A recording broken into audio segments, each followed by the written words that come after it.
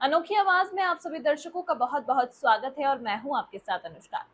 मध्य प्रदेश के छतरपुर में स्थित बागेश्वर धाम के प्रमुख पंडित धीरेन्द्र शास्त्री छतरपुर से रामराजा सरकार मंदिर ओरछा तक पदयात्रा करने जा रहे हैं। 21 नवंबर को ये यात्रा शुरू होगी। पंडित धीरेन्द्र शास्त्री ने यात्रा के बारे में जानकारी देते हुए बताया कि हिंदू सनातन एकता यात्रा 21 नवंबर से शुरू होगी और 165 किलोमीटर पैदल चलकर 29 नवंबर को ओरछा के रामराजा सरकार के मंदिर पहुंचने पर इसका समापन होगा। पंडित धीरेन्द्र शास्त्री ने कहा कि अब तो करो या मरो की बारी है। भारत का संकट भारी है, इसलिए हिंदुओं को जगाने और एकजुट करने का संकल्प लेकर वो यात्रा कर रहे हैं। छतरपुर में मीडिया से बात करते हुए पंडित धीरेन्द्र शास्त्री ने यह भी कहा कि उनका संकल्प है कि जब तक हिंदू जात पात की भावना छोड़कर एकता के सूत्र में नहीं बंधेंगे तब तक वो खड़ाऊ पैरों में नहीं पहनेंगे। साथ ही पैदल यात्रा के दौरान फूलमाला न पहनने का भी ऐलान किया है।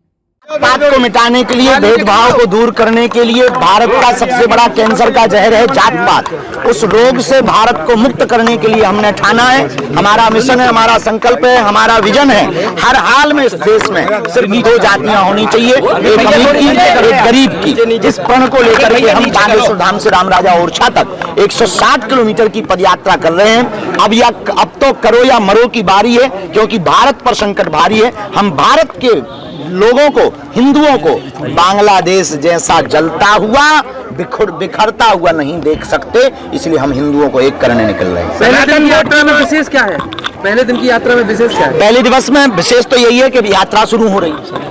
दूसरा ये है कि हमारे जैसा आदमी जो 1 किलोमीटर नहीं चलता है, उसने संकल्प लिया 160 किलोमीटर का।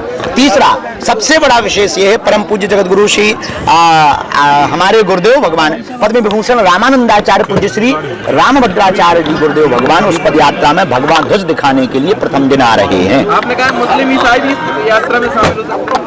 अगर उनको लगता है कि हम कार्य बहुत अच्छा कर रहे हो, इस देश की भागीदारी में उनको भूमिका निभानी चाहिए, तो देश तो उनका भी है। और इस देश में जितने भी इस्लाम, मुस्लिम और जितने भी ईसाई रहते हैं वो कन्वर्टेड हैं। उनके सब दादा परदादा जो है हिंदू ही थे, तो उनका ही कार्य हम कर रहे हैं, तो उनको आना चाहिए। आ जाए तो नोट, आओ तो वेलकम, ना आओ तो भीड़ कम।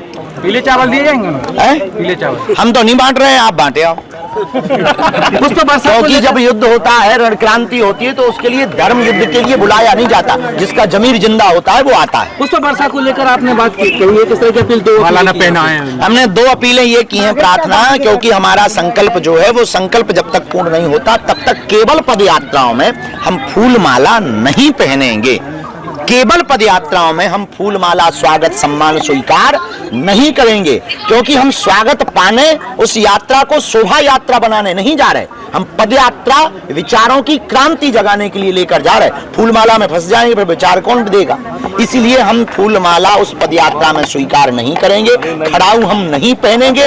हमारा लक्ष्य है जब तक हम भारत के हिंदुओं को एक नहीं कर लेंगे। एक चर्चा चल रही है कि पुष्प वर्षा हेलीकॉप्टर के माध्यम से की जानी है। नहीं, हमारे पास हेलीकॉप्टर की पैसा नहीं है। अगर आप दोगे तो विचार करके बताएंगे।